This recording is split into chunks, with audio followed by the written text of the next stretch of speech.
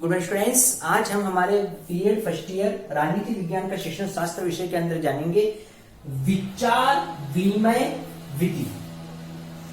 विचार विनिमय विधि जिसको हम वाद विवाद विधि भी कह सकते हैं। वाद विवाद विधि, ठीक है। विचार विनिमय विधि या वाद विवाद विधि या फिर वार्तालाप विधि, ठीक है। यह विधि शिक्षण की दृष्टि से अति महत्वपूर्ण है और इस विधि में बालक सक्रिय तौर पर एक क्लास में बना हुआ रहता है। जब बालक देखा जाता है कि जब बालक सक्रिय होगा, एक्टिवनेस उसमें बनी हुई रहेगी, तो इसी एक्टिवनेस के दौरान वो ज्ञान का उसके अंदर संचार अच्छे से होगा। और सामाजिक विज्ञान जैसे विषयों, जैसे कि राजनीति विज्ञान है, तो ऐसे विषयों में इस विधि की एक अपनी महत्वपूर्ण भूमिका है, जिसके अंतर्गत हम किसी विशेष टॉपिक के ऊपर, प्रकरण के ऊपर बच्चों से विचार विमर्श करवा सकते हैं, वाद विवाद करवा सकते हैं, वार्तालाप करवा सकते हैं, जिससे कि उनकी शिक्षण की बेहतर तौर पर उपयोगिता सिद्ध हो सके। इसलिए यह विधि अपनी महत्वपूर्ण भूमिका निभाती है। तो इस विधि के माध्यम से हम अमूमन क्लास के अंतर्गत वाद विवाद जैसी प्रतियोगिताओं का आयोजन करके, किसी टॉपिक का डिसाइड करके, अध्यापक की भूमिका एक मार्गदर्शन के तौर पर होकर जब बच्चे आपस में डिस्कस करेंगे तो बच्चों में तर्क वितर्क क्षमताओं का निर्माण होगा, बच्चों के अंतर्गत बेहतर ज्ञान का संचार होगा, बच्चे एक दूसरी बातों को आलोचक तौर पर स्वीकार करेंगे और इस तरीके से वो अपने अंदर की बातों को दूसरों के समक्ष लाने का प्रयास करेंगे। तो इस तरीके से बहुत सी स्किल या गुणों का निर्माण इस विधि के माध्यम से हम कह सकते हैं। तो यह है हमारी विचार विनिमय या वाद विवाद विधि। तो अब हम ये जानते हैं कि इस वाद विवाद के रूप, वाद विवाद के रूप, वाद विवाद के रूप, ठीक है। इस वाद विवाद के अंदर के दो तरह की हम विधि ला सकते हैं। सबसे पहले अनौपचारिक वाद विवाद,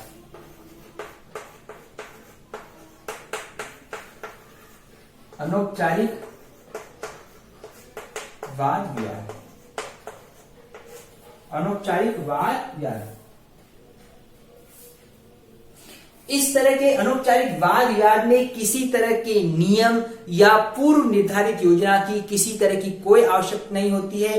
किसी भी टॉपिक या प्रकरण के आधार पर बच्चों को हम इस अनौपचारिक वाद विवाद के लिए तैयार कर सकते हैं, जिसमें किसी तरह की कोई नहीं है। बच्चों को हम टॉपिक देना है और बच्चे उस पर वाद विवाद करेंगे। किसमें किसी तरह की कोई हम प्लानिंग नहीं करेंगे और कोई हमारा एजेंडा डिसाइड नहीं होगा। इस तरह के अनौपचारिक वाद विवाद के अंतर, इसके अंतर्गत शिक्षक की भूमिका एक मार्गदर्शन के तौर पर होती है और शिक्षक के इसके अंतर्गत निम्नलिखित दायित्व होते हैं। तो इसके अंदर शिक्षक के दायित्व, इसके अंतर्गत शिक्षक अपने क्या क्या दायित्व रेस्पेक्टिव निकालेगा। सबसे पहले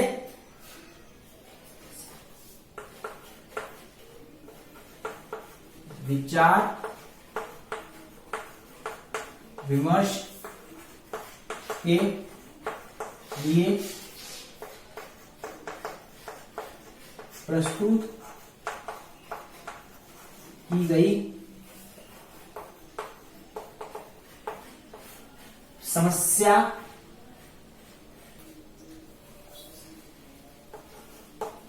को सदैव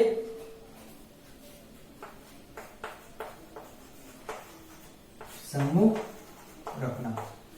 शिक्षक का पहली रेस्पॉन्सिबिलिटी दायित्व हो जाती है कि विचार विमर्श के लिए जो प्रस्तुत की गई जो समस्या है और प्रकरण है वो सम्मुख रखेगा, बच्चों के सम्मुख रखने का काम करेगा, ताकि बच्चे उस पर बेहतर तौर पर डिस्कशन कर सके। इसलिए की पहली रेस्पॉन्सिबिलिटी यहां पर ये बन जाती है।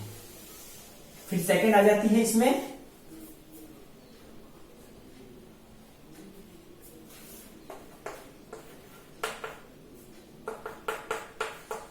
छात्रों का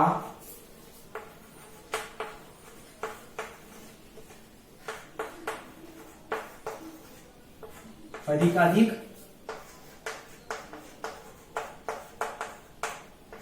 सहयोग प्राप्त करना, छात्रों का अधिकाधिक सहयोग प्राप्त करना। ठीक है।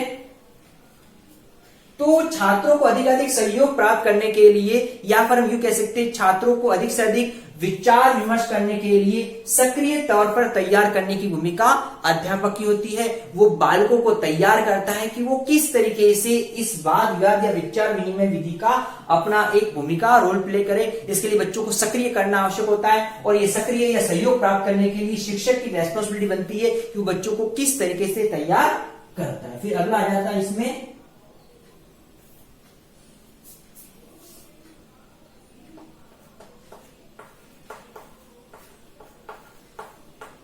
वाद विवाद को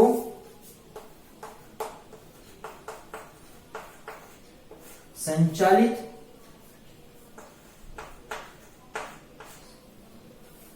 उसे वाद या को संचालित करके उसे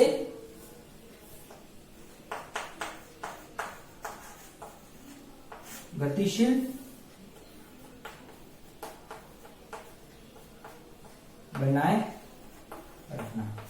शिक्षक की रेस्पॉन्सिबिलिटी है कि वो वाद विवाद को संचालित करके, ठीक है, उसको संचालित करके उसको एक गतिशील प्रदान करने के लिए अपनी भूमिका निभाएगा।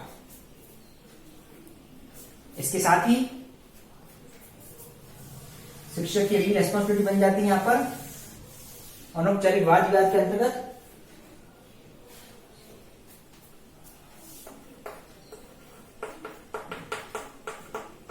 छात्रों को सीखने के लिए तत्पर बनाना।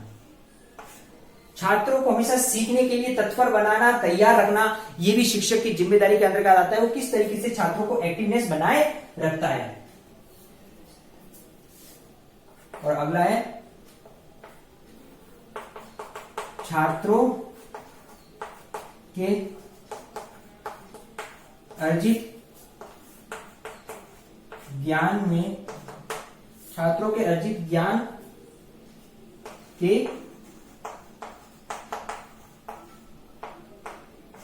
मूल्यांकन में सहयोग करें। तो छात्र जो ज्ञान अर्जित करता है उस अर्जित ज्ञान के मूल्यांकन में सहयोग करना। तो इस तरीके से ये रेस्पॉन्सिबिलिटी बन जाती है टीचर की, किसके संदर्भ में, इस अनौपचारिक वाद विवाद के निर्माण में। तो ज्यादातर क्लास में हम अनौपचारिक वाद विवाद को आसानी से ऑर्गेनाइज कर सकते हैं। तो इसके बाद जो सेकेंड रूप है इसका है, जो बहुत ही अच्छा हो जाता है, औपचारिक वाद विवाद।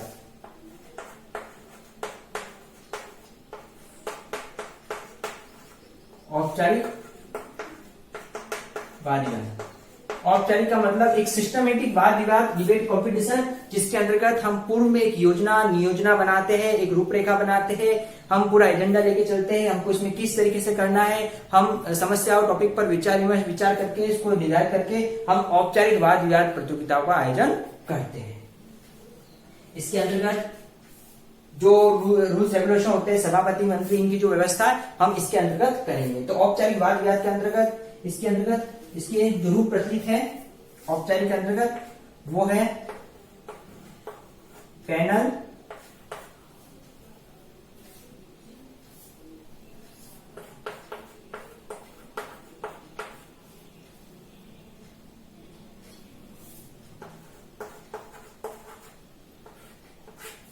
सिंपेजियम।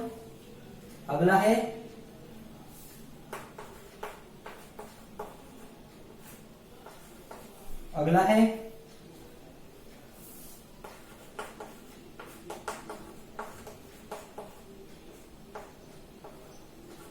वाद विवाद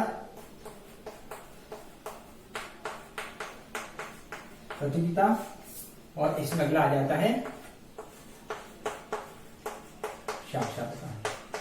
तो औपचारिक वाद विवाद के जो निम्न रूप है पैनल, सिम्पोजियम, फोरम, वाद विवाद प्रतियोगिता, साक्षात्कार। तो इस तरीके से हमने आज क्लास के अंतर्गत जो वाद विवाद या विचार विनिमय विधि है इसके बारे में जानते हुए इसके जो रूप है अनौपचारिक और औपचारिक, और अनौपचारिक में शिक्षक की क्या भूमिका है इसके बारे में जाना। अब इससे रिगार्डिंग आज का आपका असाइनमेंट है होमवर्क।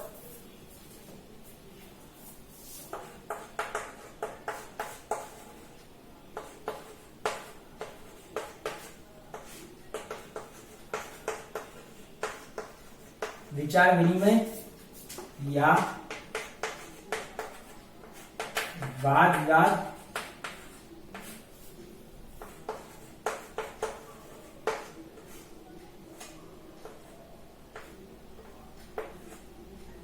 विधि को